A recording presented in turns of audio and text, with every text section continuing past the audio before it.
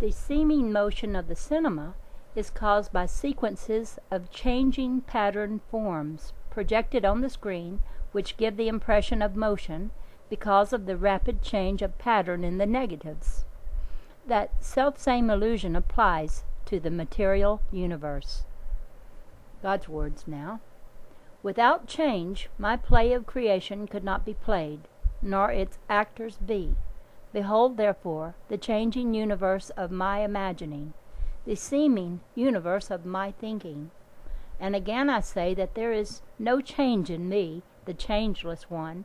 So also is there no change in my thought universe of pairs of opposed things, which forever interchange to simulate my universe of change. Even the seeming changing of my thought universe is not changed, save for senses of sensed things, which are bound to pairs or parts of wholes. Each pair windeth its way through the interchanging pressures of its electric journey. Each appeareth, then disappeareth, to reappear. Even though senses of sensed things sense changing in all things, they change not to conscious knowing. Why be thou slave to sensing? Rise above thy sensing. Be me in thy knowing. I love that one. I'll say it again. Why be thou slave to sensing? Rise above thy sensing. Be me in thy knowing. Next chapter, the illusion of change. Change is an illusion of the senses due to motion. There is no change whatsoever in the conscious universe of knowing. There is only an illusion of change set up by the two interchanging lights of thinking to divide the one whole ideal into many separate ideas and record them in moving matter. The senses are the audience for these thought pulsations. The senses are a part of this illusion. The senses are electric. They belong to the thought universe of motion and do not respond to stillness, as motion itself is non-existent. The senses are but the imaged records of imagined motion, matter, and change. As such, they are limited to pinhole peeks into the vastness which extends beyond their sensing.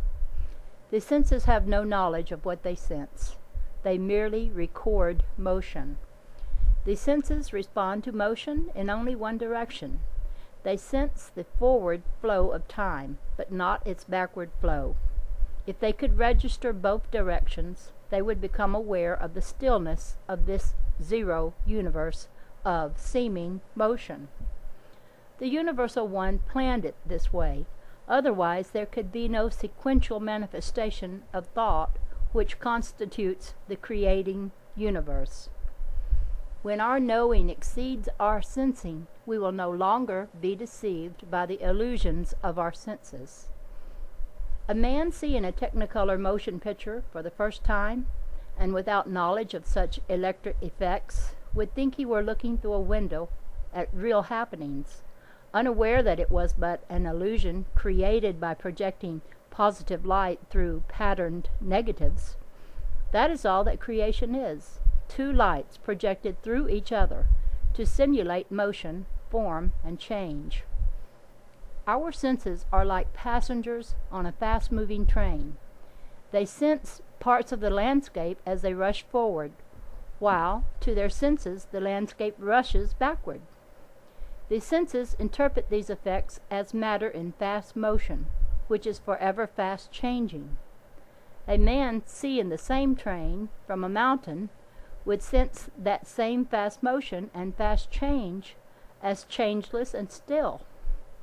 As man unfolds from sensed man to spiritual man, he gradually becomes aware of the two-way motion of all effect, that two ways be in the visible effect which responds to his senses, and the invisible effect which he knows but does not sense. Gradually, the time arrives in his unfolding when his full awareness of cause voids all reliance upon sensation. He then rises above his sensing. He then knows the universe of motion for what it is, instead of for what it seems to be.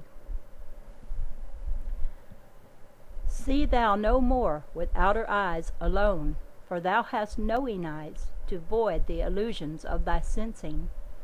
Throughout long eons, man has walked his earth with eyes of outer seeing, giving belief to that earth of his body's sensing. Throughout his new eons, he must walk the earth of inner seeing, and know me in it as but visioning it in light of me and light of him. For I think earth, and earth appeareth, disappeareth, and reappeareth in balanced rhythms of my thinking.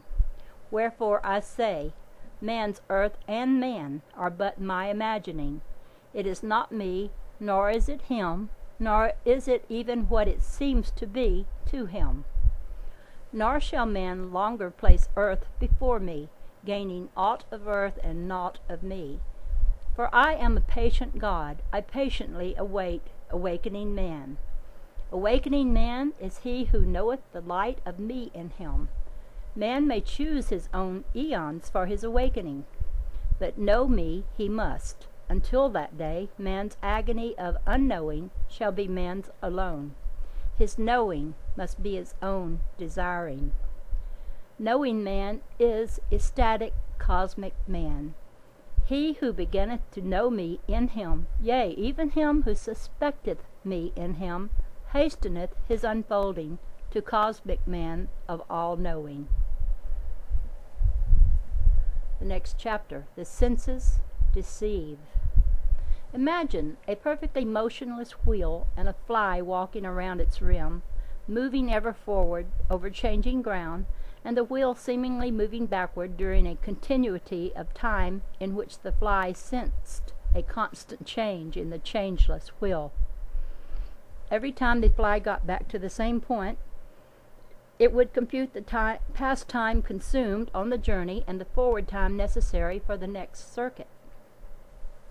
The wheel being still, motion, change, and time are created by the fly itself, as it takes the whole ideal of the wheel apart by journeying around it and examining it bit by bit. The fly sensed motion by changing its position on the wheel. It sensed change by finding a seeming difference of condition at each forward movement.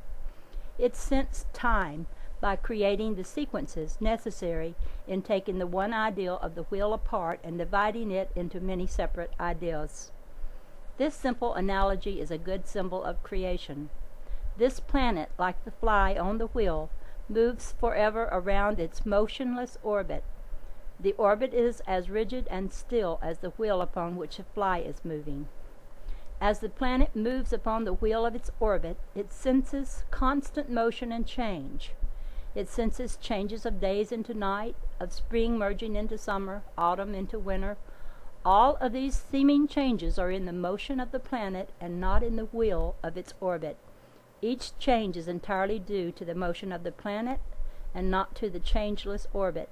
The planet itself registers change on its changeless wheel. Change, therefore, lies in motion alone. The senses are motion. Therefore, the senses sense only that which they themselves are.